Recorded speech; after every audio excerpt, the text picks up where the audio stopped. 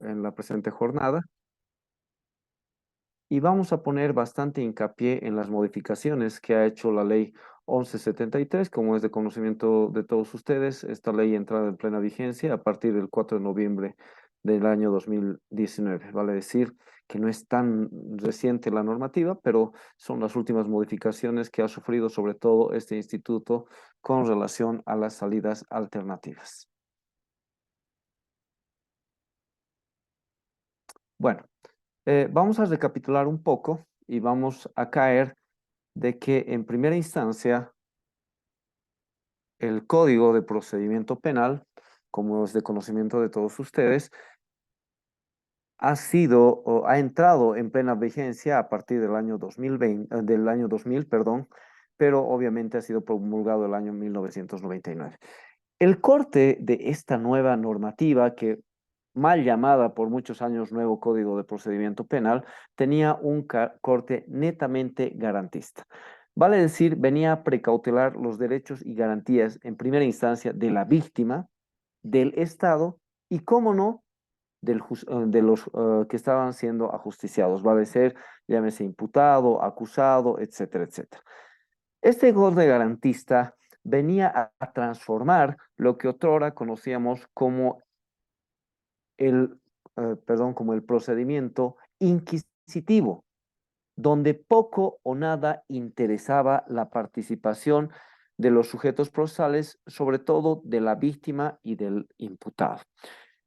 Toda esta gama de institutos que existían otrora en los códigos conocidos como Banzer han cambiado en la entrada en vigencia de la ley 1970.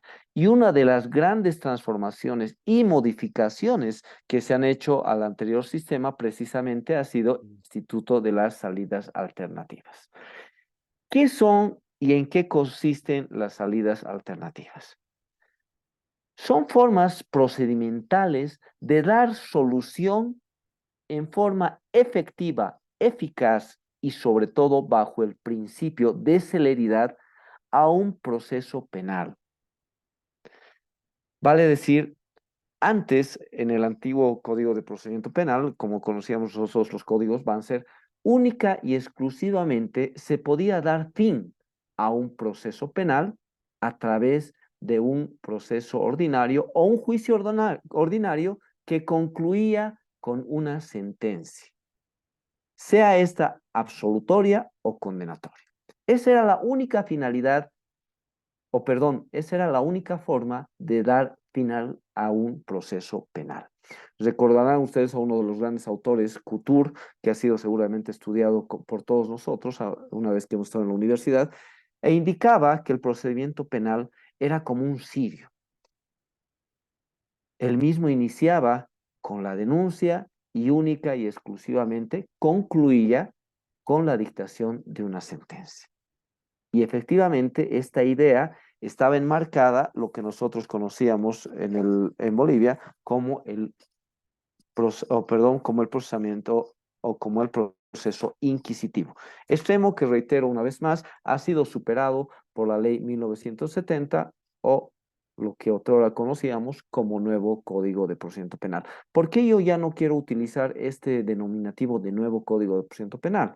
Porque desde el año 1999 al presente, este, entre comillas, nuevo Código de Procedimiento Penal ha sufrido varias modificaciones a través de varias normativas. Y es más, hoy por hoy, en el Poder Legislativo ya existe un nuevo proyecto para hacer otra vez nuevas reformas sin tomar en cuenta que el año 2022 ha sufrido nuestro Código de Procedimiento Penal las últimas modificaciones. Y es por eso que ya no podemos llamar nuevo Código de Procedimiento Penal porque hay un sinfín de modificaciones y normativas que han ido no modificando lo que era el Código de Procedimiento Penal. Sigamos avanzando con nuestra temática. ¿Qué se busca o qué se pretende con estas salidas alternativas? Primero, flexibilizar, economizar y descongestionar el sistema penal. Flexibilizar, ¿cómo? Tratar de llegar a una salida o al final de un proceso en forma pronta, oportuna, inmediata. Vamos a ver en el transcurso de esta charla que estamos teniendo que son cuatro las salidas alternativas, obviamente conocidas por ustedes: criterio de oportunidad reglada, suspensión condicional del proceso, conciliación y procedimiento abreviado. Todas y cada una de estas salidas alternativas lo que hacen es minimizar, economizar el tiempo en un proceso. Viene a flexibilizar las normativas y ya no es como antes la finalidad de un proceso penal única y exclusivamente castigar a aquel que haya de una u otra forma vulnerado o roto alguna de las normativas penales. Esa es una de las primeras partes. Flexibilizar. Economizar. ¿Economizar en qué sentido? ¿Y para quiénes?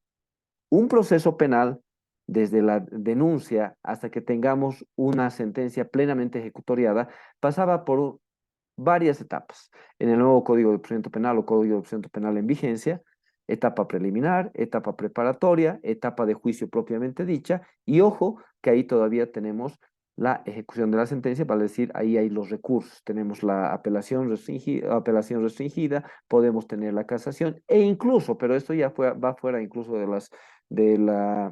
las salidas alternativas, la revisión extraordinaria de sentencia. Pero simplemente nos basemos desde la etapa preliminar hasta la etapa de los recursiva. Van a ver de que realmente es un tiempo demasiado largo en el cual obviamente las partes y el propio Estado van a hacer un sinfín de gastos económicos a través de los órganos de investigación, a través de los órganos de administración de justicia para el Estado y obviamente la parte víctima y la parte acusada a través de la contratación de sus respectivos abogados.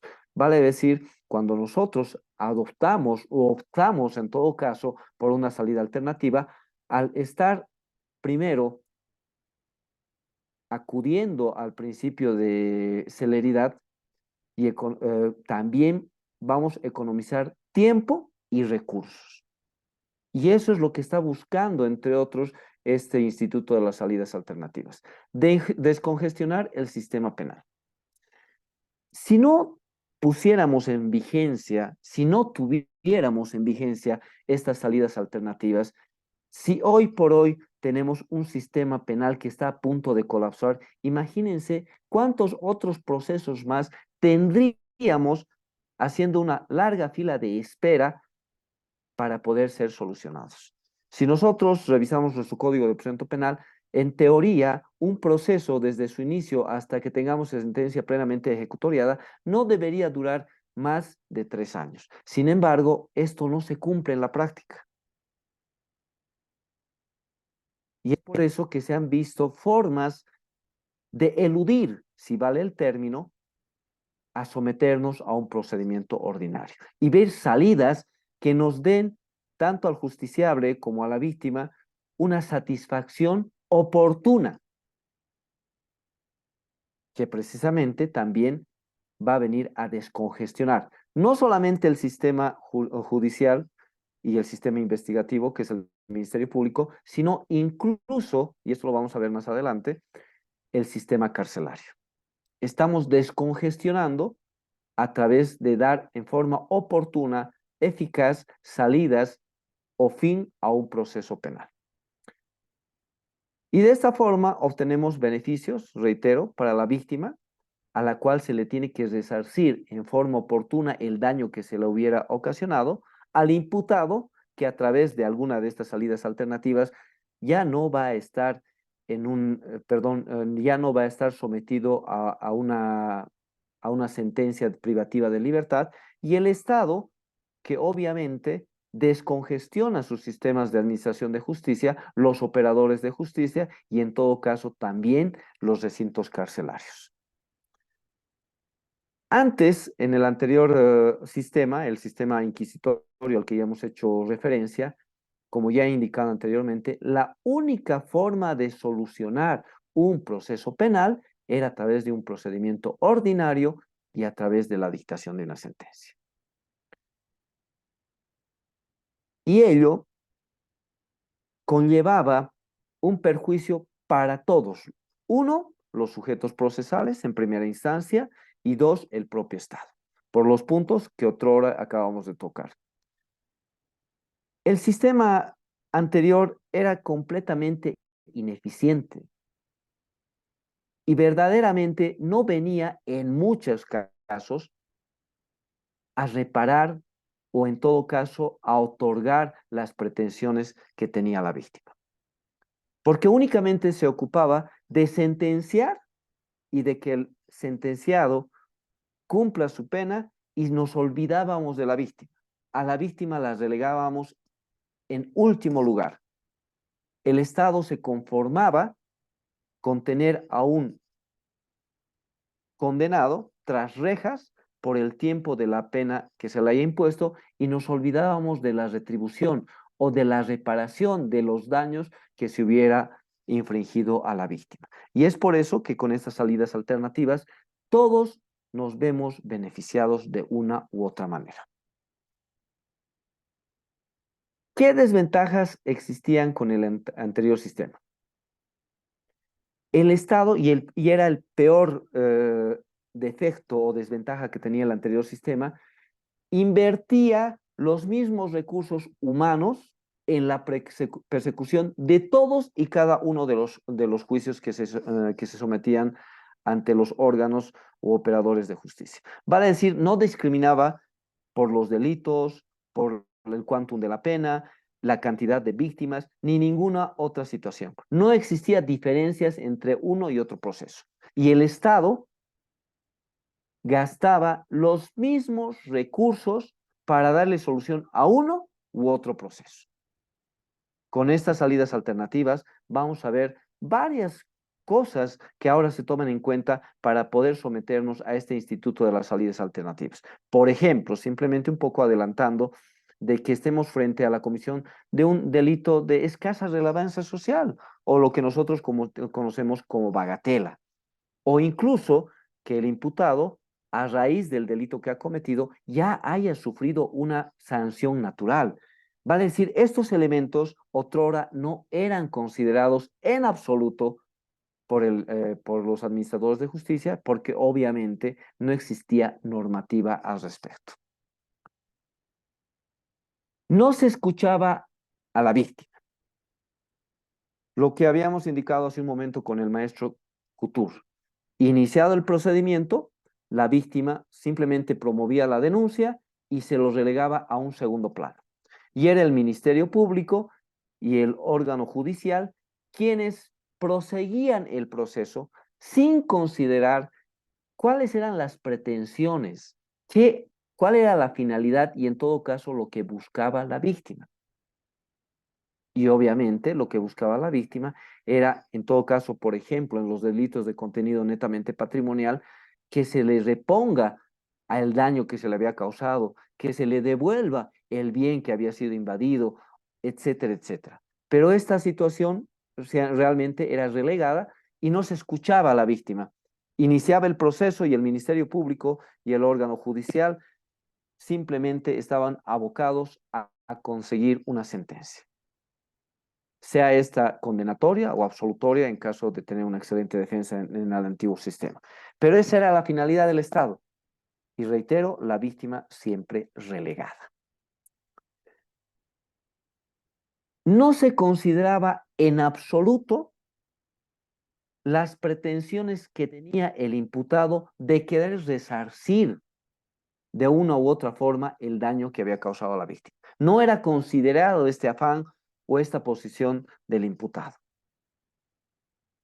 Y hoy por hoy, en virtud de estas salidas alternativas, el imputado puede ser quien promueva la mayoría de las salidas alternativas. Vamos a ver que también a través de las modificaciones que ha sufrido la 1173, sobre todo con delitos que tienen que ver con situación de género, ya no puede ser el imputado el que promueva, por ejemplo, la conciliación, pero las otras salidas alternativas pueden ser promovidas por el Ministerio Público, por la víctima e incluso por el imputado, extremo que no estaba contemplado en el anterior sistema. Y es por eso que existían estas desventajas en el antiguo Código de Procedimiento Penal. No se permitía una actividad real de la víctima y de la parte imputada, con relación a querer reparar y a resarcirse oportunamente los daños que se hubieran ocasionado a la víctima. ¿Cuál es la finalidad, en todo caso, de este Instituto de las Salidas Alternativas? Es resolver en forma oportuna el conflicto que existe entre la parte víctima y la parte imputada. Es poner fin oportuno sin que se dilate la tramitación de un proceso y reparar oportunamente el daño que se ha ocasionado. Prácticamente ahí está apuntando todo lo que tiene que ver con el Instituto de las Salidas Alternativas.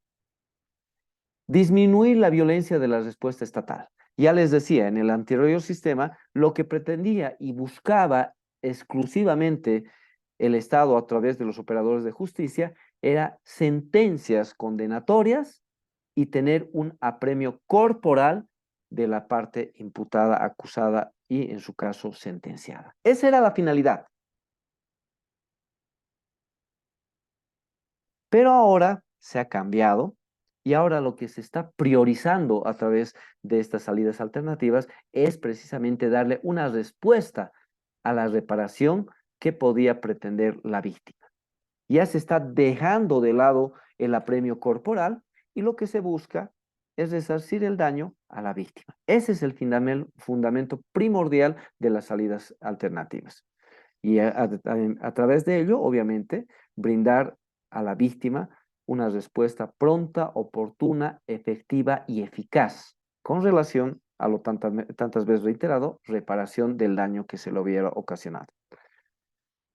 Y acá tenemos una finalidad ya más de corte estatal, lo que hemos indicado a un principio. El Estado ya deja de comprometer sus recursos humanos, vale decir, se está recortando el uso de los operadores de justicia, llámese Poder Judicial o llámese Ministerio Público.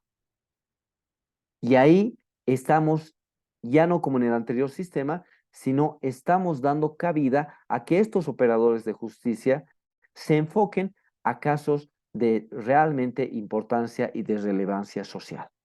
Es decir, estamos racionalizando el trabajo de los operadores de justicia y enfocándolos en que ellos vayan, conozcan, tramiten y resuelvan procesos que realmente son relevantes. Las ventajas de las salidas alternativas van a ser muchas, entre ellas, cuando ya ponemos una salida alternativa, obviamente el justiciable va a estar en libertad y la reinserción a la sociedad de este individuo realmente va a ser eficiente y real. Varios de nosotros conocemos cómo son nuestros centros penitenciarios y muy pocos de ellos, creo que son contados con los dedos de nuestras manos, realmente tienen centros donde lo que se está buscando es la reinserción del que ha cometido delitos. Está simplemente en las normativas, pero efectivamente no existe. Sin embargo, a través de este Instituto de las Salidas Alternativas, esta inserción del individuo que ha cometido delitos y se está sometiendo a una salida alternativa, en forma efectiva se está reinsertando en la sociedad. ¿Por qué? Porque está reparando efectivamente un daño que ha causado.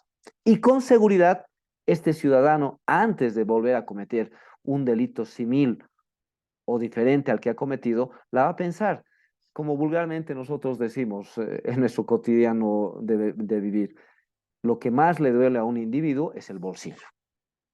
Y si uno de nosotros ha cometido, ha faltado a una normativa, ha vulnerado algún derecho o garantía de algún otro ciudadano, va a ver precisamente afectada su economía y no va a querer volver a pasar por este tipo de situaciones. Y es por ello de que existe una reinserción real y efectiva del justiciable ante la sociedad.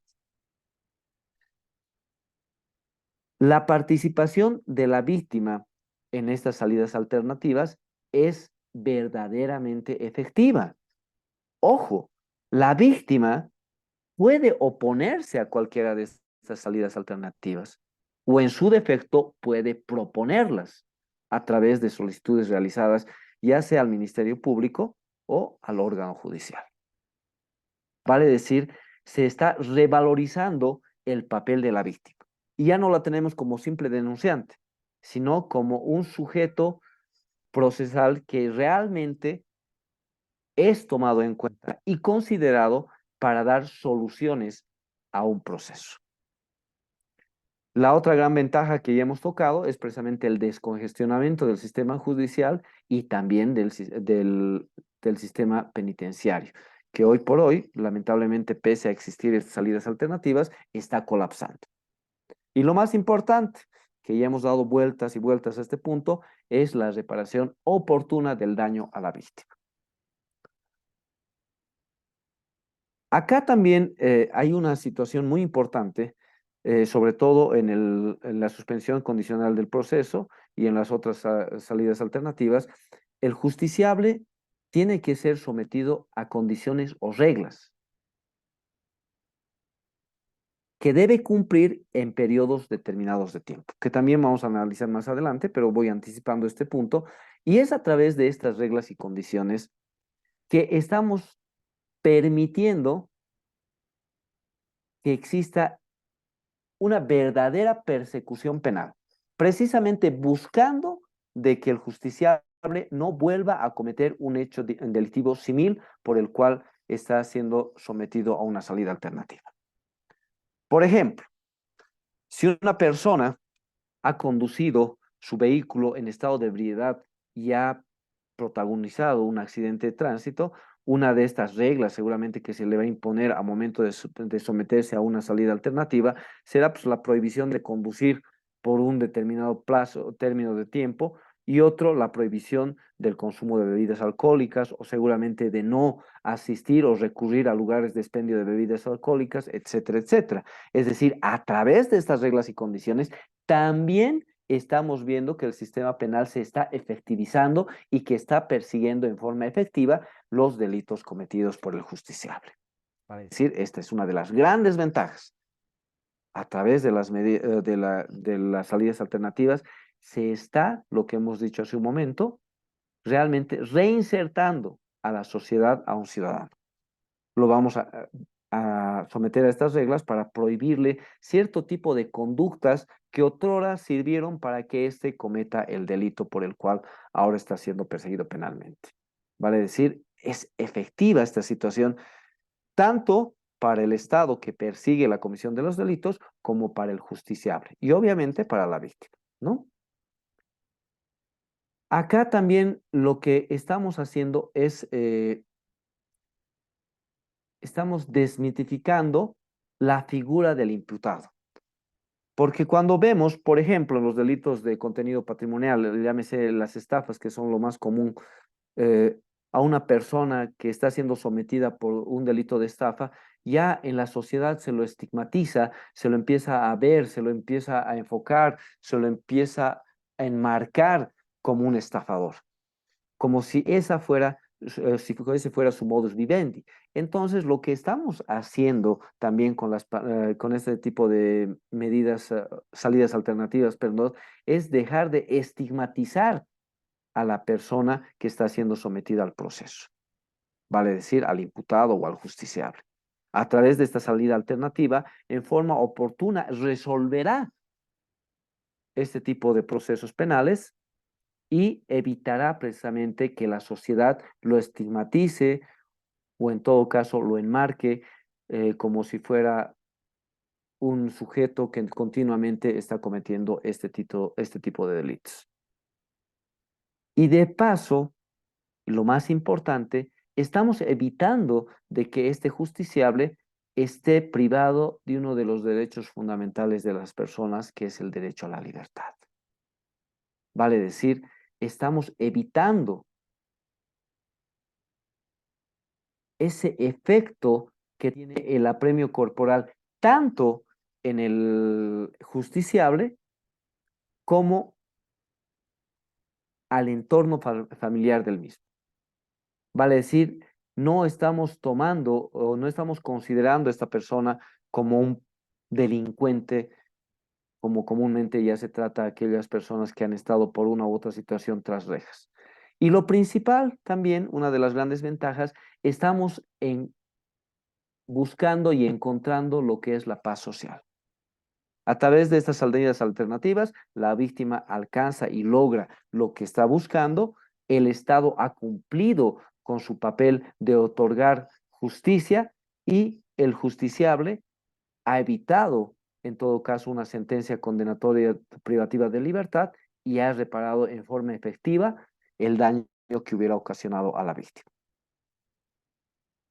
De otra parte, también permite la supervisión del justiciable sin provocar daños al entorno familiar y permite que el ciudadano que está siendo perseguido penalmente siga en el entorno familiar, siga con su entorno social y sobre todo siga desempeñando las fuentes, o perdón, siga desempeñando el trabajo, la profesión o el oficio que tenía antes de cometer el delito.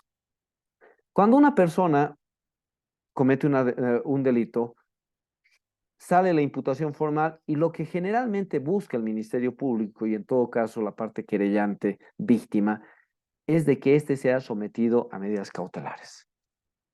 Y generalmente la medida cautelar por excelencia que busca el Ministerio Público y la víctima es la detención preventiva. Y una vez de que tenemos una medida cautelar extrema como es la detención preventiva, obviamente vamos a alejar al justiciable del entorno familiar, del entorno social y del entorno laboral. Y esto sí conlleva una serie de perjuicios para el que está siendo perseguido penalmente. Y este tipo de estigmas pueden ser precisamente evitados a través de las salidas alternativas. Asimismo, tenemos que ver que una de las grandes ventajas es que tanto la víctima como el justiciable aminoran los costos sociales y económicos frente a un proceso ordinario. La víctima, cuando inicia un proceso, no solamente es que presenta la denuncia, si no va a una salida alternativa, tiene que estar presente en todas y cada una de las etapas del proceso, lo que conlleva tiempo, gastos económicos y lo propio ocurre con la parte imputada. Al final, después de un largo proceso penal, donde ambas partes se ven desgastadas, eh, no solamente económicamente, van a haber muchas desventajas que podían haber evitado. Mil disculpas, se me ha cortado.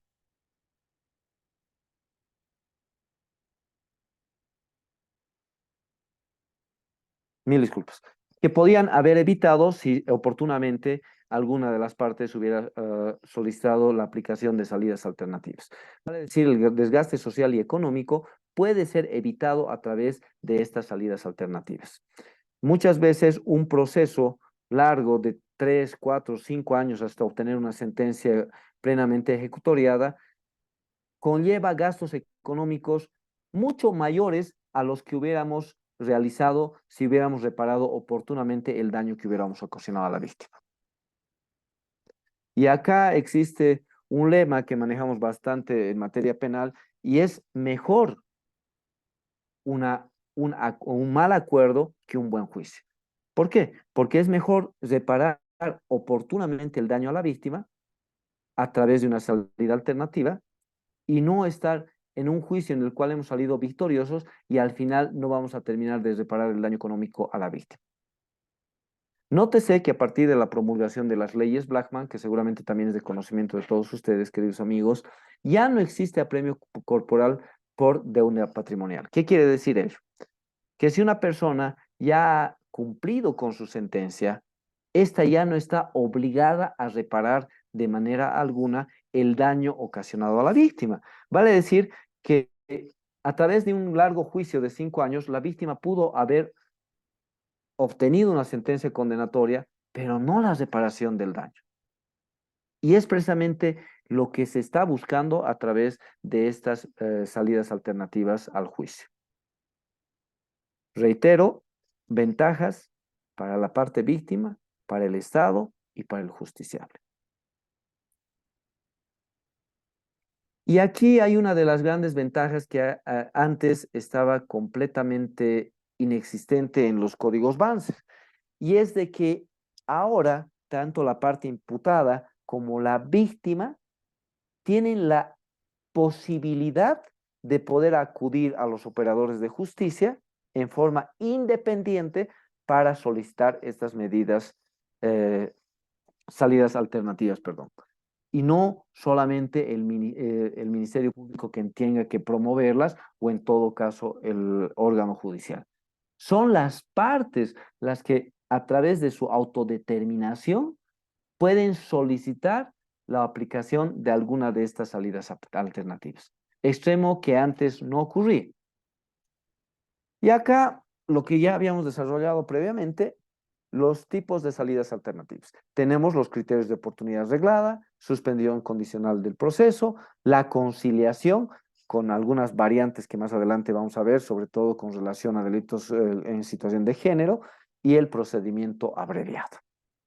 Todos y cada uno con diferentes características y que han sido últimamente modificadas por la Ley 1173 a través de los artículos 3, 23 y siguientes del Código de Procedimiento Penal. Y también existe una buena modificación que ha recibido la Ley Orgánica del Ministerio Público a través de la Ley 260 en su articulado 64, que ahora también le faculta al Ministerio Público para poder promover sobre todo la conciliación. Todos estos elementos van a ser desarrollados más adelante. Comenzaremos por el criterio de oportunidad reglada. En este punto tenemos que tomar en cuenta que ningún Estado tiene la capacidad y posibilidad de perseguir todos los hechos supuestamente delictivos cometidos por determinadas personas. Imagínense ustedes si el Estado, a través de los operadores de justicia, tendría que resolver todos y cada uno de los delitos que sean cometidos en territorio nacional. No nos alcanzarían los recursos humanos ni los recursos económicos. Y realmente la administración de justicia sería rebasada. Ya les reitero, queridos amigos, si hoy por hoy, teniendo en cuenta el que se llama estos criterios, estas salidas alternativas, tenemos un sistema penal colapsado, imagínense si no las tuviéramos a mano a estas salidas alternativas.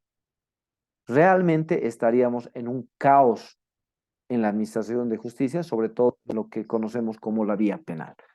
A través de estas salidas alternativas, lo que estamos haciendo es que el Estado prescinda de perseguir algunos delitos y enfoque todos estos recursos, llámense humanos o económicos, en otros delitos que, entre otras cosas y entre otras características, tienen mayor relevancia social, donde hay una afectación verdadera a la sociedad y donde realmente se han vulnerado derechos que son relevantes para la sociedad. A través de estos, y hemos hablado, estamos buscando primero el descongestionamiento del sistema penal, vale decir, ya no vamos a tener un sinfín de procesos colapsando el sistema penal, vamos a disminuir, donde disminuye en todo caso, perdón, el grado de eficacia de la investigación. Si hoy por hoy prácticamente los abogados de las partes son los que realizan los actos investigativos, coadyuvando obviamente al Ministerio Público, si no existieran estas salidas alternativas, imagínense cuántos actos investigativos, por ejemplo, tendría que realizar cada representante del Ministerio Público. ¿Cuántos investigadores necesitaríamos para perseguir todos y cada uno de los delitos que se hubieran cometido en nuestra sociedad? Y ahí estaríamos disminuyendo precisamente este grado y la eficacia en la investigación que debería realizar tanto la policía como el Ministerio Público. Al disminuir, al descongestionar, al dar salidas alternativas a determinados procesos, lo que estamos haciendo es oxigenar a estos dos importantes operadores de justicia y de investigación como son la policía y el Ministerio Público, para que precisamente toda esa su capacidad la orienten a casos específicos y no a todos ellos. Y van a enfocar estas investigaciones y todos sus recursos precisamente en delitos de relevancia social y que sean complejos en la investigación. Por ejemplo, no es lo mismo investigar un delito de homicidio o de asesinato frente a un delito, qué sé yo, de, por ejemplo, de accidente de tránsito, que no ha tenido como consecuencia, por ejemplo, la muerte, simplemente ha tenido lesionados. Obviamente que vamos a necesitar mayores recursos de investigación en estos delitos de homicidio, de violación, qué sé yo, delitos que afectan al patrimonio del Estado, delitos que están en la 04, etcétera, etcétera. Es mejor orientar los recursos humanos y económicos a este tipo de delitos que son realmente relevantes para la sociedad y que son mucho más complejos que estos otros delitos que ya vamos a estar analizando en sus características. Y precisamente vamos a ver esta situación, por ejemplo, en qué casos podemos acudir a las salidas alternativas. Uno, lo que ya hemos dicho desde un principio, en delitos o hechos delictuosos de escasa relevancia social. ¿Por qué? Porque su afectación es mínima al Estado y el bien jurídicamente protegido que ha sido afectado ha sido en forma mínima o escasa. Vale decir, no existe un bien jurídicamente protegido altamente afectado. Nuevamente usemos el ejemplo de una lesión en accidente de tránsito versus un homicidio o un asesinato. Obviamente, incluso la propia víctima va a ver satisfecha su pretensión si el que ha cometido el delito, por ejemplo, a través del SOAT, cubre con los gastos médicos, cubre con la reparación y mantenimiento del vehículo, cubre con los gastos de medicina, tratamientos, etcétera, etcétera. No va a pasar lo mismo frente a un homicidio o un asesinato, que no vamos a poder resarcir el bien jurídicamente protegido en este tipo de delitos como es la vida. Una vez muerta una persona, no hay forma de reparar esta situación. Y es por eso que se tiene que ver, y uno de los puntos y ejes primordiales para ver una salida alternativa es precisamente la relevancia social que tiene el hecho delictivo frente a la sociedad y frente a la víctima. Y es por eso que se tiene que tomar en cuenta esta situación. Dos, que el imputado haya sufrido como consecuencia del hecho un daño físico o moral más grave que la pena a imponerse.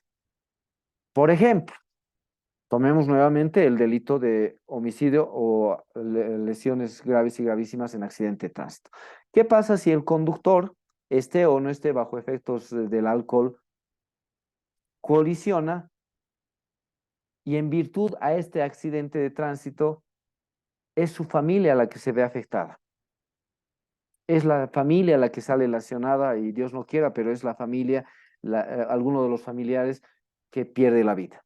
Obviamente que con este mismo hecho, él ya está sufriendo un daño moral, más grave que la pena que está persiguiendo el tipo penal, que en el caso concreto son de 3 años, 4 años por conducción peligrosa. Vale decir, imagínense, es más grande el daño moral. O a consecuencia de un accidente de tránsito, qué sé yo, el mismo conductor pierde uno de sus miembros.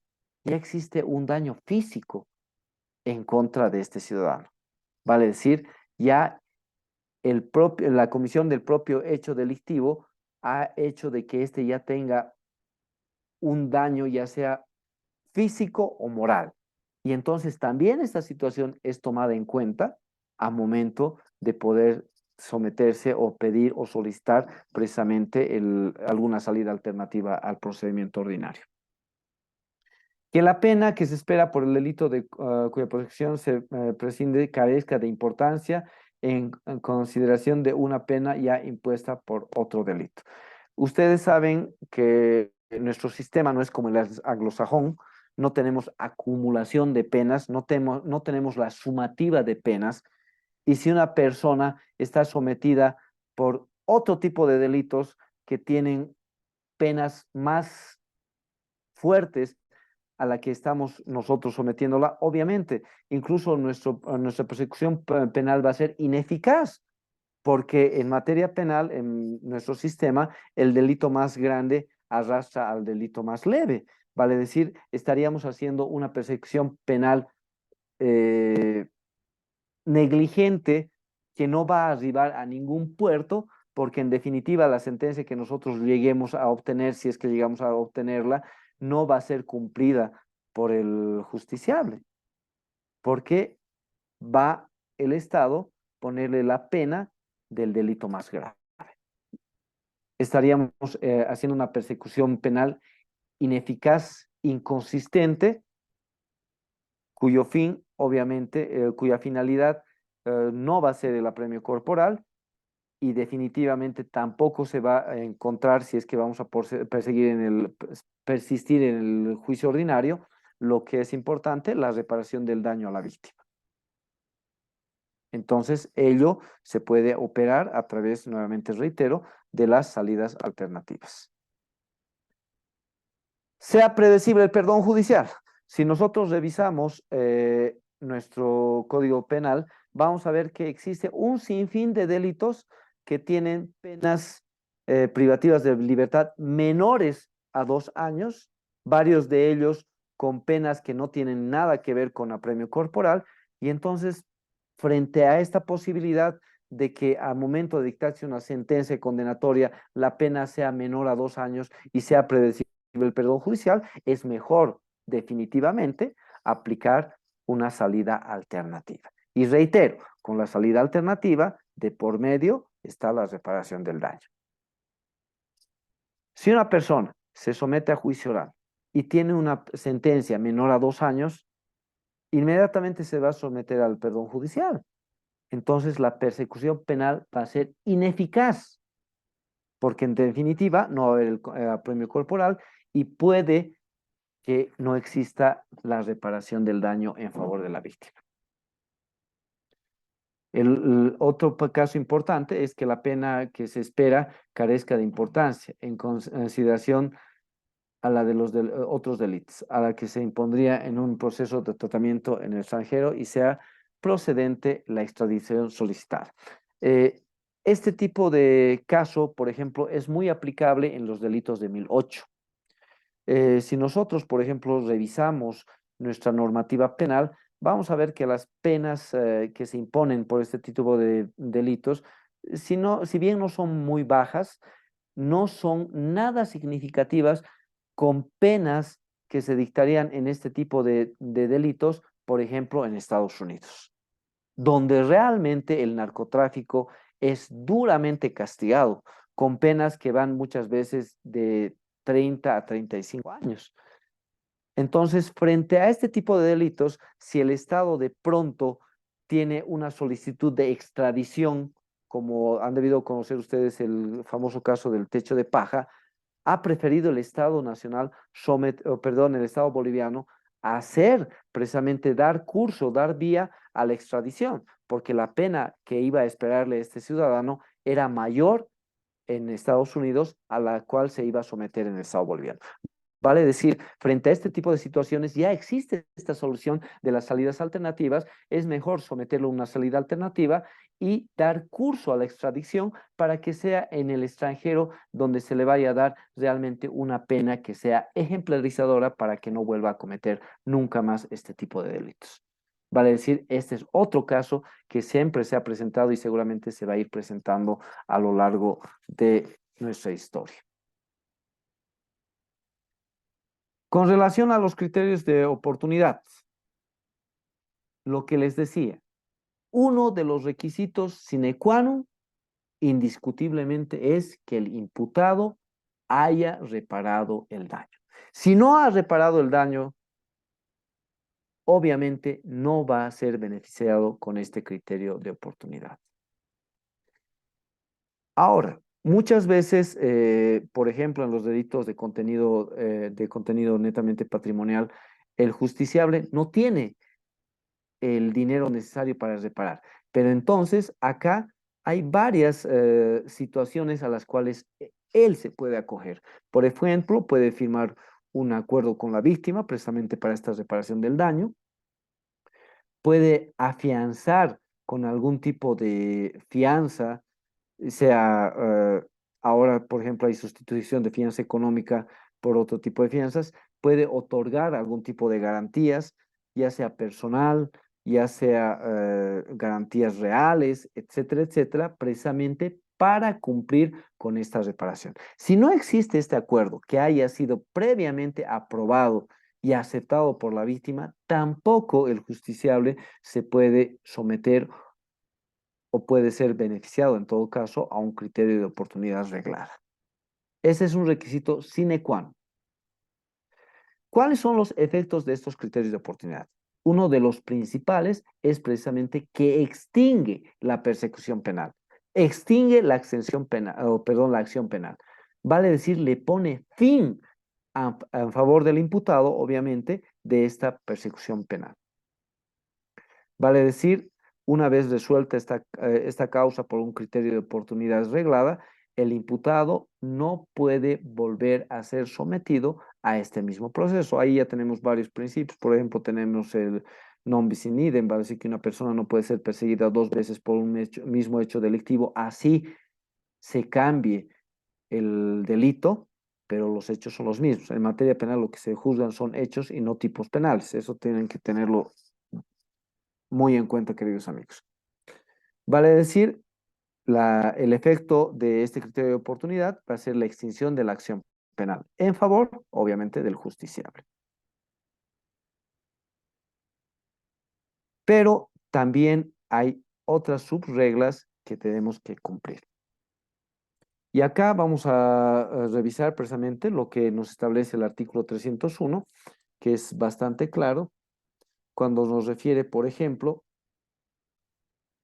eh, que antes de que se promueva un criterio de oportunidad arreglada, obviamente se tiene que hacer un estudio de todos y cada uno de los elementos que se han ido recolectando a través de la etapa preliminar y preparatoria y se va a solicitar al juez precisamente la aplicación ya sea de una suspensión condicional del proceso, la aplicación de un criterio de oportunidad o en su caso un procedimiento abreviado o la conciliación.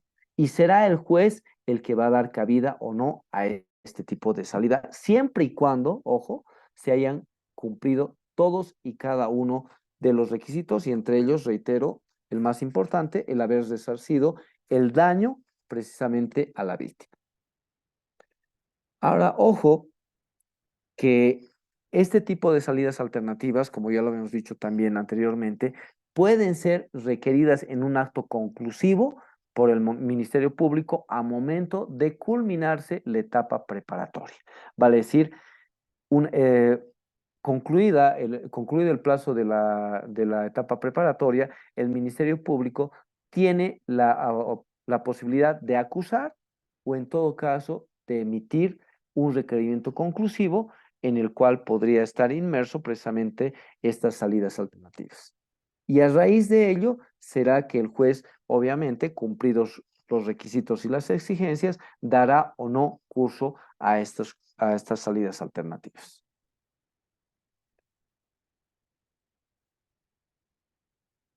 ¿Qué aspectos o qué puntos va a tomar en cuenta el operador de justicia para considerar o no las salidas alternativas? Primero, el daño que se haya ocasionado a la víctima o al Estado. Ya hemos hablado acá acerca de la relevancia de los delitos, el bien jurídicamente protegido, todos esos elementos obviamente deberán ser tomados en cuenta para poder acogerse o no a un criterio, o perdón, a una salida alternativa. El tiempo transcurrido entre la comisión del hecho delictivo y el descubrimiento. ¿Por qué es importante este punto? Y varios colegas lamentablemente no consideran este extremo. Tenemos que tomar en cuenta, un poquito aislándolos del tema que estamos tocando, por ejemplo, lo que refiere el artículo 29 del Código de Procedimiento Penal, los plazos de la prescripción. Si, por ejemplo, un delito de estafa ha sido cometido el año 2000 2017 y la denuncia recién se ha planteado ante el Ministerio Público el 2022. Obviamente que estamos a puertas de una prescripción de la acción penal, porque la víctima oportunamente no ha promovido, ya sea por desconocimiento o por negligencia. Y obviamente el Ministerio Público, frente a ese principio que es muy importante para el Ministerio Público y es precisamente el principio de objetividad, verá pues que es casi seguro de que la defensa del imputado va a interponer una excepción de prescripción y el proceso se va a archivar y la víctima no va a ser resarcida y en todo caso el Estado tampoco va a ejercer su poder de administrar justicia. Entonces, frente a esta situación también es importante que el Ministerio Público, cuanto el juez, vean este tipo de situaciones y puedan otorgar precisamente una salida alternativa, principalmente buscando que el Estado, a través de sus órganos, ejerza la administración de justicia y que la víctima sea reparada en los daños que se le hubieran ocasionado.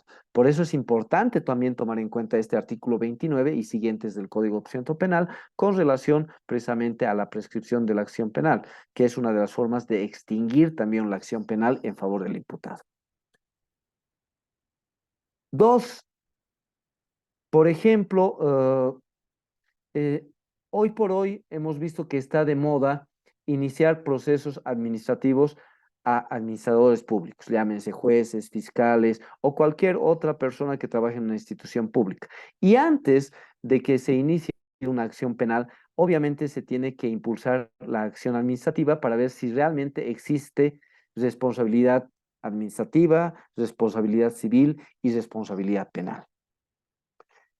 Y si a esta persona se la ha perseguido ya en la vía administrativa y a través de la vía administrativa, por ejemplo, ha llegado a reparar el daño que se había realizado a una institución, ¿cómo vamos a buscar el apremio corporal de este ciudadano? Si es que ya ha reparado precisamente ese daño ocasionado a la víctima a través de un proceso disciplinario o administrativo.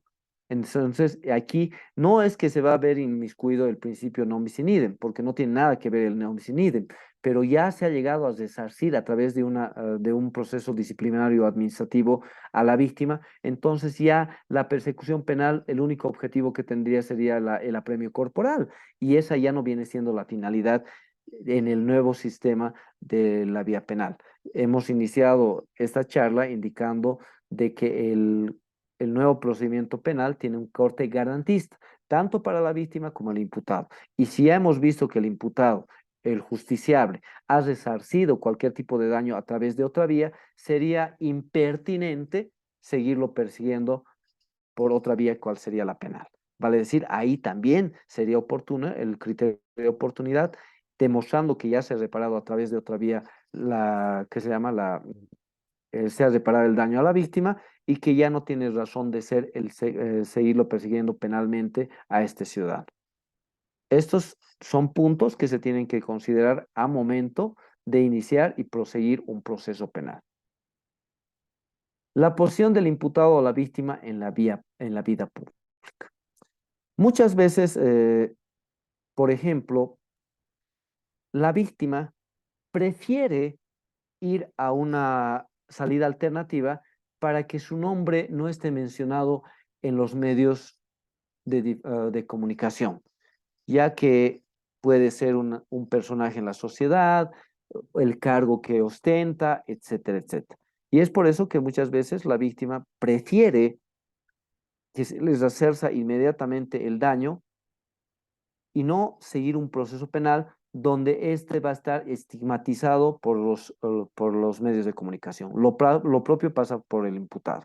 Son puntos que de pronto parecen impertinentes, pero que en definitiva muchas veces impulsan tanto al justiciable como a la víctima para poder precisamente solicitar una salida alternativa. Hay otro dicho en este punto que sería muy importante tomarlo en cuenta, que a mal pagador piedras. Si se le ha estafado a una persona, por ejemplo, una suma de $500,000 y que posiblemente tenga la oportunidad o no de recuperarlos a través de un largo proceso penal y de pronto el justiciable le ofrece pagarle, qué sé yo, $450,000, es mejor recibirle ya nomás es $450,000 a tener un proceso largo y que en definitiva al final del juicio no nos asegura de que el imputado vaya a reparar el daño. Y de paso ya no estamos desgastando la imagen pública tanto del imputado o la víctima.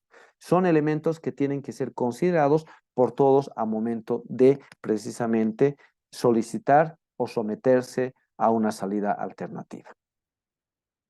Ahora tocaremos el segundo de las salidas alternativas, que es la suspensión condicional del proceso, que es bastante sencillo su tratamiento. Este instituto procesal suspende la persecución penal en favor del imputado, tanto del Estado como de la víctima parte querellante, bajo cierto tipo de obligaciones que definitivamente tiene que cumplir el imputado o el justiciable y que deben estar sentadas en una resolución a momento de beneficiarle con esa suspensión del condicional del proceso y en definitiva se puede extinguir esta acción penal una vez de que haya cumplido el justiciable con estas medidas impuestas en los plazos establecidos por el juez del caso. Vale decir, esta suspensión condicional del proceso, a momento de solicitarse, se le van a imponer varias reglas, a varias condiciones que tiene que seguir y cumplir el imputado en determinado periodo. Y una vez que cumpla estas reglas en el determinado, recién se podrá solicitar la extinción de la acción penal. Ojo, si el justiciable no cumple con estas reglas, con estas condiciones, el juez de la causa, a simple solicitud, puede revocar, puede anular esa suspensión condicional del proceso y proseguir con la tramitación de la causa.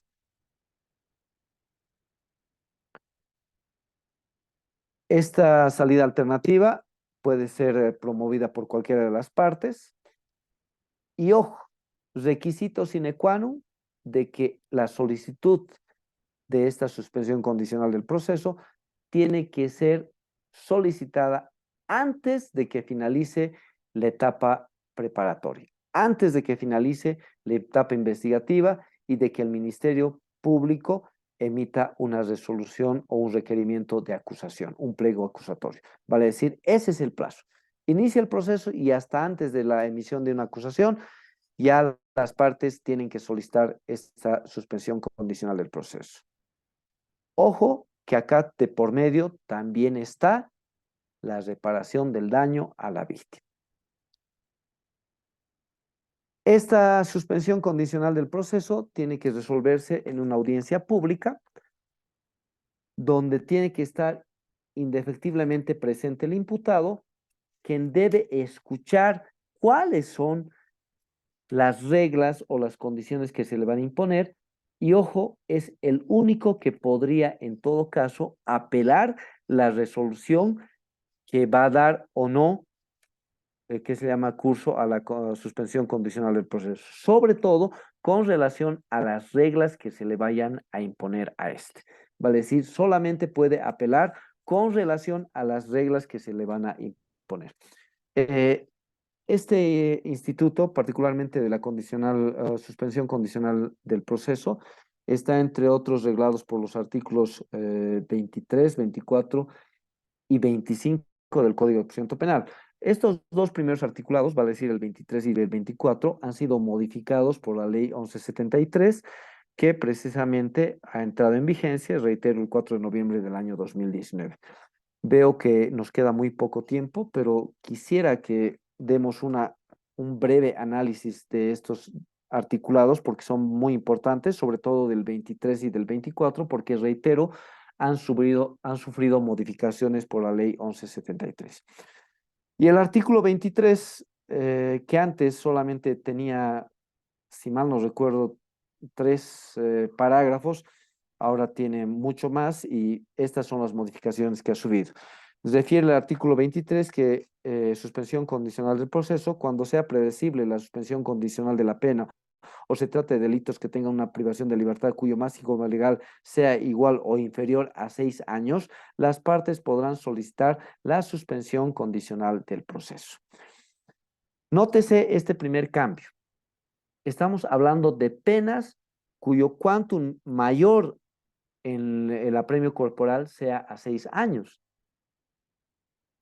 Nótese cómo ha cambiado el espíritu de este articulado, ¿no?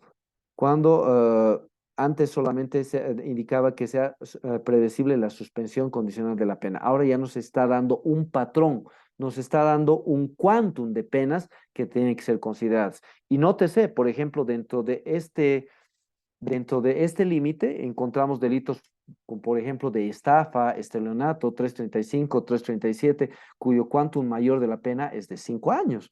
Vale decir, nótese cómo ya el legislador ha visto que este tipo de delitos que tienen contenido netamente patrimonial podrían ser solucionados a través de salidas alternativas y en este caso en la suspensión condicional del proceso. Ojo, requisito sine qua non, no se olviden, reparación del daño. Esta suspensión procederá si el imputado presta su conformidad y en su caso cuando haya reparado el daño ocasionado, firmando un acuerdo con la víctima en ese sentido o afianzando suficientemente esa reparación. Nótese que en todas las salidas alternativas la finalidad es esa, reparar el daño a la parte víctima. La solicitud podrá ser presentada hasta antes de la finalización de la etapa preparatoria. Excepcionalmente, podrá ser planteada durante el juicio siempre y cuando se haya reparado íntegramente el daño causado a la víctima y no exista de parte de esta ningún reclamo pendiente. Nótese que ya nos está abriendo un poquito más el paraguas. Antes, solamente etapa preparatoria. Ahora, incluso en juicio. Pero ¿cuál es la diferencia? ¿Y cuál es el requisito sine qua non? No que afiance o firme un acuerdo transaccional para la reparación del daño, sino que en forma efectiva cumpla con el 100% de la reparación a la víctima del daño que se le hubiera ocasionado. Esa es la diferencia de plantear en la etapa antes de la conclusión de la etapa preparatoria o hacerlo en juicio. Y generalmente, ¿de qué estamos hablando? De una conciliación, donde se ha reparado íntegramente el daño que se ha ocasionado a la víctima. La suspensión condicional del proceso no será procedente cuando se trate de delitos contra la libertad sexual cuyas víctimas sean niñas, niños o adolescentes, claramente establecido en la Ley 586 y demás. Previo a su otorgamiento, la jueza o juez verificará que el imputado haya cumplido satisfactoriamente las medidas de protección impuestas durante el proceso en favor de la víctima. Este último parágrafo tampoco se encontraba inmerso en el anterior artículo 23, ya que no existían estas medidas de protección en favor de la víctima. Ahora ya se está tomando en cuenta no solamente la reparación del daño, sino también las consecuencias sufridas en virtud al delito en contra de la víctima, que también deberán ser precauteladas a través de medidas de protección específicas. Por ejemplo, no acercamiento del imputado a la víctima, al domicilio de la víctima, etcétera, etcétera. Y el artículo 24, que también ha sido modificado con relación a las condiciones y reglas, que no ha sufrido mucha modificación, simplemente se ha incorporado una regla más con relación al anterior articulado y sobre todo las condiciones, que en esa parte sí ha sufrido alguna modificación, que sería muy importante leerla simplemente en su parte final, en sus 2 o 3 últimos parágrafos, que refiere, el juez podrá imponer otras reglas de conducta análogas que estime convenientes para la reintegración social del sometido a prueba. El juez notificará personalmente al imputado la suspensión condicional del proceso, con expresa advertencia sobre las reglas de conducta, así como sobre las consecuencias de su inobservancia. La suspensión condicional del proceso solo será apelable por el imputado y únicamente cuando las reglas sean ilegítimas, afecten su dignidad o sean excesivas. Por ejemplo, y se ha visto mucho, si una persona, volvamos a los delitos de estafa y estelionato, son delitos de contenido netamente patrimonial. Y he visto audiencias donde el juez excede sus facultades y, por ejemplo, al que ha estafado le dice dentro de las reglas que usted tiene que cumplir, tiene la prohibición de no consumir bebidas alcohólicas. Pregunta, queridos amigos, ¿qué tiene que ver el consumo de bebidas alcohólicas con una estafa? Absolutamente nada. O que le den una prohibición de acercarse a la víctima. Si lo que ha habido ha sido un delito de contenido netamente patrimonial y no ha habido lesiones, no ha habido agresiones físicas, sexuales, psicológicas, etcétera, etcétera. Y de pronto hay autoridades judiciales que exceden esta aplicación de reglas y es por eso que este articulado le da al imputado, a la parte justiciable, la oportunidad de poder apelar siempre y cuando estas reglas sean ilegítimas o sean excesivas con relación al tipo penal al cual se está sometiendo a las salidas alternativas. Y acá un elemento muy importante a tomar en cuenta. ¿Cuál es la autoridad que precautela de que estas reglas o medidas sean cumplidas por la parte imputada? No es el juez que emite la resolución de suspensión condicional del proceso, sino es el juez de ejecución penal, quien deberá elaborar un informe periódico y, en definitiva, a través del área social, cuando se cumplan en forma correcta estas reglas, deberá informar al juez de la causa para que ya se pueda tramitar en forma definitiva la extinción de la acción penal en favor del justiciable. Y aquí un elemento muy importante a tomar en cuenta que no ha sido modificado, que es la revocatoria. Vale decir que esta suspensión condicional del proceso, entre otros, si no se cumplen con las reglas impuestas, puede ser revocado y el justiciable puede ser sometido al proceso. Elementos que también tienen que tomar en cuenta con relación a la suspensión condicional del proceso. Requisitos para la procedencia: que sea predecible a la suspensión condicional de la pena, y ya hemos visto anteriormente, que el imputado preste su conformidad y, sobre todo, que el imputado haya reparado el daño ocasionado, firmando un acuerdo, siempre y cuando sea antes de la finalización de la etapa preparatoria, un acuerdo con la víctima, afianzando su cumplimiento, obviamente, y si es en juicio oral, que efectivamente haya cumplido a cabalidad, al 100%, el daño que hubiera ocasionado a la víctima. Esos son los requisitos para la procedencia, para la suspensión condicional del proceso. Ya hemos revisado los articulados, que les pido por favor den una revisadita, artículos 23, 24, 25, que son precisamente los que hacen referencia a este instituto de la suspensión condicional del proceso. Las condiciones y reglas, que también ya hemos revisado en el artículo 24, y la aplicación de las reglas. Y la apelación en caso de que no sean o de que las reglas o condiciones sean excesivas, puede ser apelada, y hemos indicado, por el imputado cuando sean ilegítimas, afecten su dignidad o definitivamente sean excesivas o no guarden relación con el bien jurídicamente protegido que se estaba que ha sido afectado por el delito que ha sido cometido por el justiciable. Revocatoria, que está en el artículo 25, y prácticamente cuando el imputado se aparta de cumplir estas reglas en forma injustificada. Ese es el requisito primordial para que se revoque la suspensión condicional del proceso. Una vez cumplidas las reglas a cabalidad y en los tiempos estipulados por el juez de la causa, emitidos los informes pertinentes por el área social del juzgado de ejecución penal, obviamente el juez convocará a las partes y en su caso declarará a través de un auto interlocutorio la extinción de la acción penal en favor del justiciable. Vamos a la tercera salida alternativa, que es la conciliación.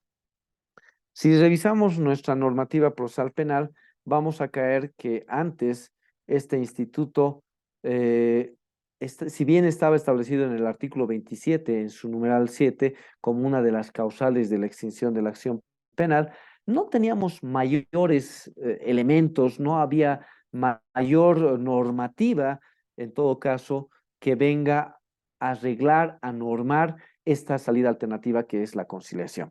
Sin embargo, este panorama ha cambiado bastante, en forma bastante considerativa a través de las modificaciones que ha hecho la ley 1173, en todo caso, en los articulados 324, 325, 326 y 327. Son artículos que han sufrido grandes modificaciones a través de la 1173 y que no solamente nos hablan de la conciliación, sino nos hablan particularmente de todas las salidas alternativas.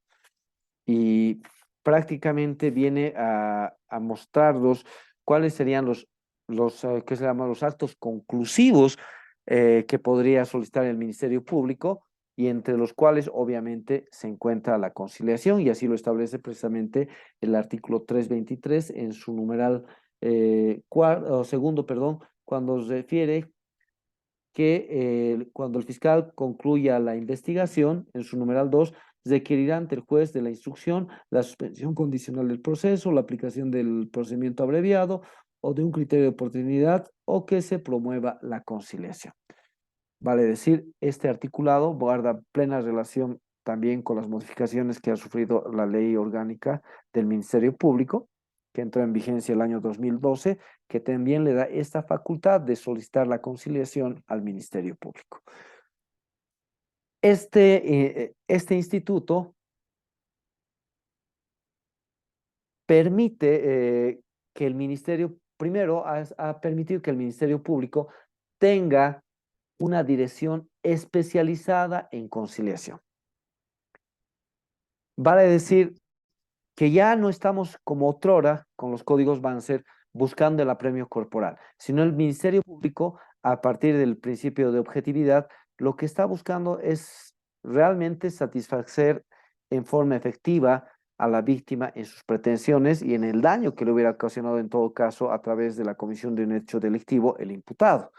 Y a través de sus oficinas de conciliación, no es el ministerio o no es el fiscal o el director funcional de la investigación quien realiza y convoca a las partes para la conciliación, sino él emite un requerimiento fiscal, lo remite a estas direcciones y ahí hay personal especializado precisamente en orientar a las partes para que pretendan llegar a una salida como es la conciliación, ya sea a través de una indemnización económica, pago de gastos médicos, tratamientos psicológicos, etcétera, etcétera.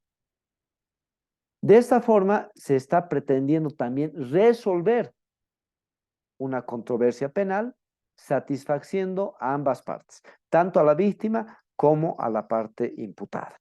Y ojo que en la mayoría, si no en todas, de estas audiencias de conciliación promovidas por estas direcciones especiales, solamente participan las partes, vale decir, la víctima y el imputado, ya que se ha visto de que muchas veces los abogados entorpecemos de una u otra forma este tipo de conciliaciones.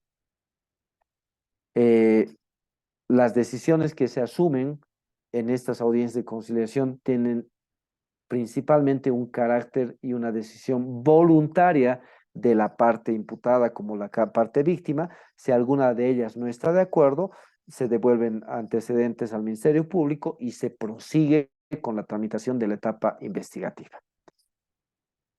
Ambas partes tienen que ver satisfechas sus pretensiones. Si no hay, reitero, la aprobación de alguna de las partes, no se llega a esta salida alternativa como es la conciliación. Una vez promovida la conciliación, la misma tiene que ser sometida a conocimiento del juez de la causa, quien homologará y en su caso extinguirá la acción penal conforme es el artículo 27, numeral 7 del Código de Procedimiento Penal, el proceso en virtud a esta conciliación. Esa es la tramitación fácil y concreta para este tipo de delitos, perdón, para este tipo de salida alternativa. ¿Cuándo generalmente se presenta este tipo de conciliación? En delitos de contenido netamente patrimonial y en delitos culposos que no tengan como consecuencia la muerte, ¿no? Por ejemplo, si estamos frente a un homicidio culposo, ¿se podrá promover la conciliación? No. ¿Por qué? Porque el resultado de este delito ha sido obviamente la muerte. Por negligencia, expertise, impericia del médico, pero ha sido la muerte. Por ende, no, si bien estamos frente a un delito culposo, se ha provocado la muerte o el fallecimiento de una persona, por ende no se puede pretender acudir a una conciliación. Delitos de contenido netamente patrimonial, estafas, estelionatos. Ojo, que también en este tipo de salida alternativa podríamos ver los delitos de falsedad, porque se repara el daño ocasionado. Y si bien el bien jurídicamente protegido es la fe pública, pero a través de estas conciliaciones se puede reparar el daño ocasionado a la víctima y se puede pretender ir a una conciliación. En los delitos de acción privada, la conciliación se puede promover en cualquier momento del proceso por cualquiera de las partes. En los delitos de acción privada, se tiene que promover esta conciliación hasta antes de la dictación de la sentencia. Una vez de que se dicte la sentencia, ya no se puede llegar a una conciliación eficaz. Ya no surte efectos porque ya existe una sentencia. Vale decir, ese es el requisito, de que se tenga que promover hasta antes de la dictación de una sentencia.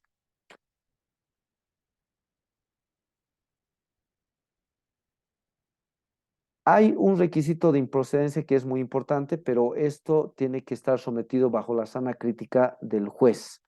Y es precisamente si de pronto él denota o ve que la víctima, a momento de estar llegando a una conciliación, está siendo presionada, está siendo influenciada en forma negativa para aceptar las condiciones de la conciliación. Ahí el juez definitivamente tiene que hacer a un lado esta conciliación y no dar curso a la misma. Pero esto ya es una situación propia del juez. Aquí existe un principio de subsidiariedad que es por todos nosotros conocidos y es que precisamente se antepone a la pena la reparación del daño. Vale decir, la reparación del daño viene a sustituir la pena o en su caso viene a atenuarla para que el perseguido penalmente pueda ser beneficiado con otro tipo de situaciones como el perdón judicial, etcétera, etcétera. Pero la finalidad siempre va a ser la misma, ¿no? Tratar de extinguir la persecución penal en favor del justiciable. Esta conciliación se tiene que definitivamente resolver en una audiencia donde ambas partes, víctima y parte imputada, tienen una participación fundamental, sobre todo a momento de hacer conocer sus pretensiones y de que estas pretensiones sean resueltas en forma idónea y adecuada. Obviamente que las partes tienen que ser notificadas. El juez tiene la obligación de hacer conocer principalmente a la víctima cuáles son los alcances y las consecuencias de la conciliación y sobre todo la extinción a la que va a derivar de la acción penal de este tipo de salida alternativa. Le tiene que explicar, por ejemplo, tomemos nuevamente el ejemplo del estafa. Se le ha estafado $500,000, pero para salir y terminar rápido el proceso acepta $450,000. El señor juez le dirá, ojo que el día de mañana por los otros $50,000 pendientes usted ya no puede iniciar otra acción penal porque con este acuerdo conciliatorio definitivo se zanja y se pone fin a este proceso. Esos son los tipos de advertencias y el tipo de consecuencias que tiene que explicar en forma eficaz el juez de la causa a la víctima para que no entre en error y a futuro pretenda a través de otro proceso buscar que se repare el faltante del dinero que estarías recibiendo. Es un ejemplo vago que estoy poniendo para ustedes para que la figura quede clara. Homologado el acuerdo conciliatorio, obviamente acarrea la extinción de la acción penal. Extinguida la acción penal, ya no hay vuelta atrás y ninguna de las partes puede promover este proceso nuevamente, ya sea, como hemos dicho hace un momento, para perseguir la reparación íntegra del daño o para otro tipo de situaciones. Acá, en todo caso, cuando ya existe la resolución de extinción de la acción penal, es una resolución definitiva y en todo caso, si la víctima estaría promoviendo algún otro tipo de acción penal, por una misma causa o por un mismo hecho, estaríamos cayendo en lo que es el non bis in idem, vale decir, una doble persecución penal por un mismo hecho, lo que no es dable en la normativa boliviana. Los acuerdos de conciliación son una reparación ideal para ambas partes, porque tiene que haber precisamente la aceptación de los dos. En los delitos contra la propiedad, lo que se pretende es restituir el bien a la víctima o en todo caso el pago monetario por el daño que se había realizado a través de una indemnización o prestaciones, por ejemplo, en delitos de lesiones, por ejemplo, pagar tratamientos médicos, pagar cirugías, si ha habido algún daño psicológico, pagar estos tratamientos psicológicos, vale decir, todos estos elementos tienen que estar indefectiblemente inmersos en lo que va a ser el acuerdo o los acuerdos conciliatorios para extinguir la acción penal. Ojo que las prestaciones y las obligaciones a las que se va a someter el imputado no tienen que estar fuera de los daños que se hubieran ocasionado con el delito que hubiera cometido el imputado. No puede excederse, no puede pretenderse abusar para sonsacar otro tipo de situaciones en contra del imputado. Por eso es que tiene que haber una aceptación expresa de ambos sujetos para la conciliación, ¿no? Creo que todo esto está bastante claro y hemos visto esta situación. Ahora, les decía que en los delitos de perspectivas de género, si bien existiría la posibilidad de conciliación y en parte la ley 348 acepta de que exista una salida alternativa como es la conciliación, solamente se presenta una sola vez, pero tiene que estar bajo cierto tipo de marcos y criterios, ¿no? Y por ejemplo, el artículo 46 de la ley 348 nos hace referencia de que esta conciliación solamente tiene un carácter excepcional y tiene varias limitantes. Y yo les voy a aconsejar, queridos amigos, y si los organizadores me permiten, podría yo compartir con ustedes, recomiendo que sobre todo lean la sentencia constitucional plurinacional 0709/2018, S2, donde entre otros nos hace ver de que para que exista una conciliación, el Ministerio Público previamente tiene que someter a una pericia psicológica al justiciable para establecer cuál es el perfil psicológico de este. Si es que existen las condiciones de que este sujeto vuelva a agredir, sea física, psicológicamente, a la víctima. Y si en caso el peritaje psicológico realizado a este indique de que existen factores que hagan ver de que este posiblemente a futuro podría volver a agredir física o psicológicamente a la víctima, no es posible dar curso a este criterio, o perdón, a esta salida como es la conciliación. Son elementos que si bien no se encuentran en la ley 348, ya han sido modulados por el Tribunal Constitucional y ustedes saben, al decir el artículo 203 de la Constitución Política del Estado, estas sentencias constitucionales son de aplicación obligatoria y tienen carácter vinculatorio. Y es por eso que les recomiendo la lectura de esta sentencia constitucional, donde van a ver que si bien se puede llegar a conciliaciones dentro de este tipo de delitos, pero es bajo cierto tipo de reglas y condiciones que previamente deben cumplir. Acá también sería bueno, si me permiten los organizadores, quisiera compartirles el manual precisamente, o en todo caso la guía para salidas dentro de los delitos de perspectivas de género, que es muy, muy interesante y que lamentablemente lo manejan bajo siete llaves. No quieren que este tipo de documentos esté en conocimiento de todos nosotros, pero si me permiten los organizadores y me dan un sitio para compartirlos, yo los voy a compartir con ustedes para que ustedes puedan tenerlo dentro de su biblioteca virtual. Esa sería una característica muy importante de la conciliación a tomar en cuenta, que son los delitos de perspectiva de género, ¿no? Eh, Existen las recomendaciones de la CEDAW, existen, ustedes ya conocen el acuerdo Belén do Pará y una serie de situaciones que se tienen que tomar en cuenta antes de precisamente llegarse a una conciliación. Y por último, tenemos lo que es el procedimiento abreviado. El procedimiento abreviado es una de las otras salidas alternativas que prevé nuestro Código de Procedimiento Penal y básicamente eh, constituye una aceptación de la comisión de un delito y tiene que haber un acuerdo previo de la parte imputada con el Ministerio Público sobre la pena que se le vaya a imponer al imputado. Previamente tiene que haber un acuerdo de aceptación de la comisión del delito y la pena que va a solicitar el Ministerio Público.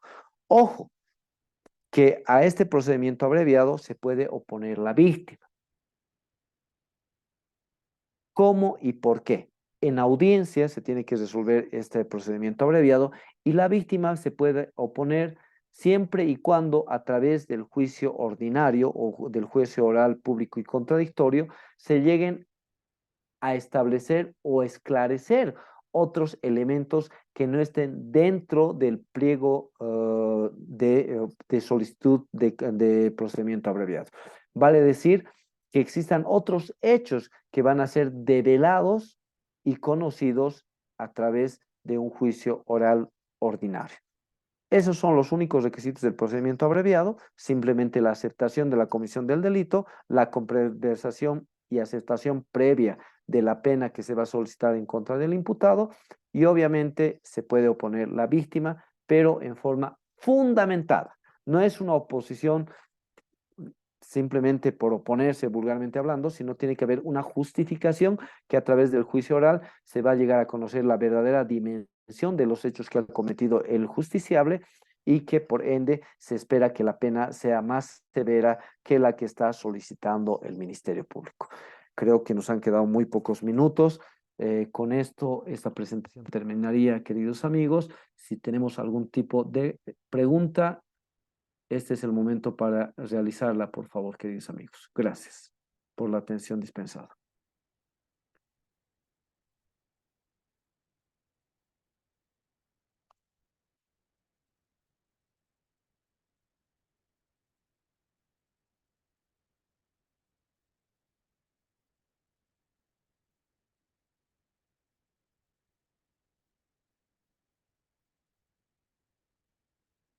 Por favor, si tienen alguna duda o pregunta.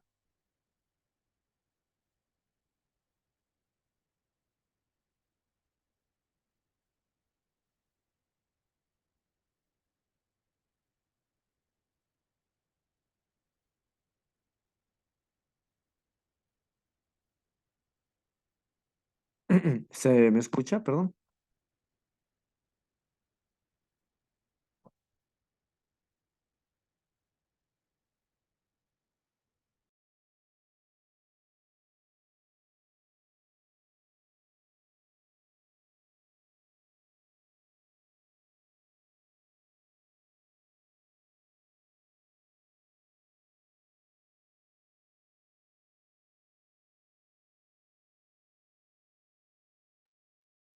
Creo que no tenemos preguntas. Espero que haya sido clara la charla de esta noche y les pediría a los organizadores me puedan facilitar algún número WhatsApp para que yo les comparta lo que había comprometido, por favor, para que puedan distribuir a todos los participantes de la charla de esta noche.